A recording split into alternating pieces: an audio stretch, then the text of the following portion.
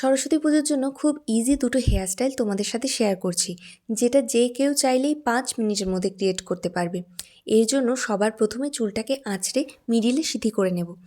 এরপর ভিডিওতে যেমনটি দেখতে পাচ্ছ এইভাবে চুলটাকে দুদিকে দুটো ভাগ করে নিতে হবে। এক্ষেত্রে পার্টিশনটা খুব একটা নিটলি করার দরকার নেই। তারপর দুটো পার্টকে একটা ক্লিপ দিয়ে আটকে দেব।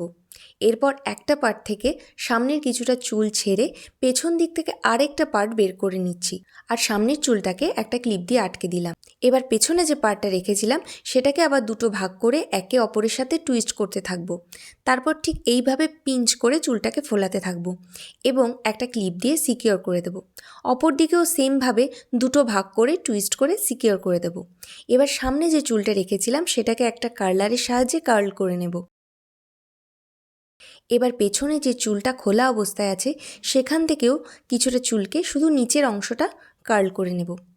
অপর দিকটাও সেমভাবে কার্ল করে নেব এবং পুরো চুলটাকে পেছনের চুলগুলোর সাথে মার্চ করে নেব।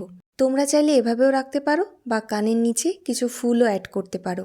প্রথমেই বলেছিলাম দুটো হেয়ারস্টাইল শেয়ার করব, একটা রিলসে তো সম্ভব হলো না, তাই ফলো ফর পার্ট 2।